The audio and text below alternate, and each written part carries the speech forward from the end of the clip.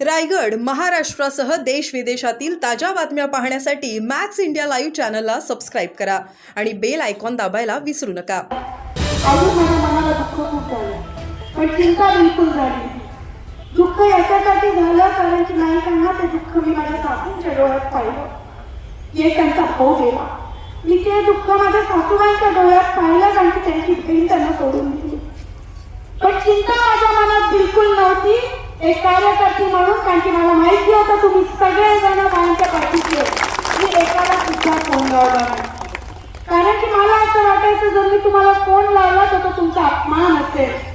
त्याच्यामुळे मी एका कार्यकर्त्याला सुद्धा फोन लावला नाही. अर्थात मला 10 वेळा 10 लोकांचे फोन आले की हा जातोय तो जातोय, आठवणची बारीक. मी डोळे दाखवून सांगितले कुठे असणार, कोणी कुठे जाणार नाही, एवढा कॉन्फिडन्स मला होता.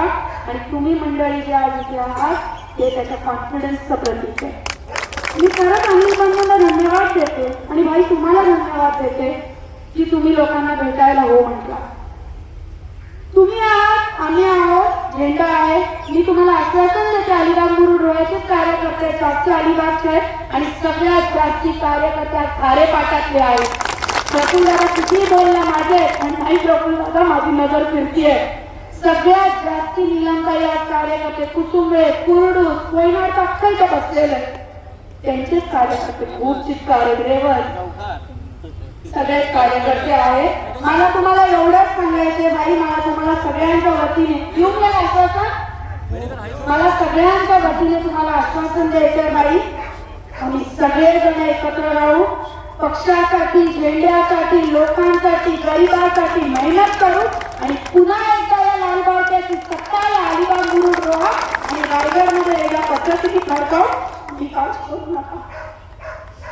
जाता जाता एवढंच सांगते, लाल बावट्याच्या अंडर आपण जर एक है तो पत्रकार लिहा, लाल बावट्याच्या अंडर सेफ है. एवढंच बोलते आणि पुन्हा एकदा तुम्ही जे जमला त्याबद्दल आभार मानते आणि माझे 2 शब्द संपवते. धन्यवाद.